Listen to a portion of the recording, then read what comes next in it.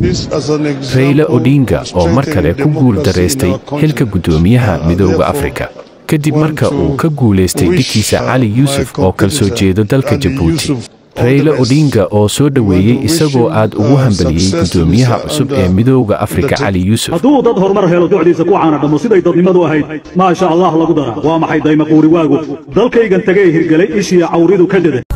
madaxweynaha Soomaaliya Xasan Sheekh Maxamuud ayaa jilbaha dhulka ugu dhiftay Kenyaatigi isagoo oo sameeyay guul weyn laakiin guushaasi waxa kaalinta ugu weyn ka qaatay madaxweynaha Soomaaliya Xasan Sheekh Maxamuud marka koowaad wuxuu codkiisa siiyay Djibouti marka labaadna maanta madaxweynuhu xitaa ma istaagay oo la weyn oo diblomaasiyadeed ayuu ka dhaxwaday shirkii guud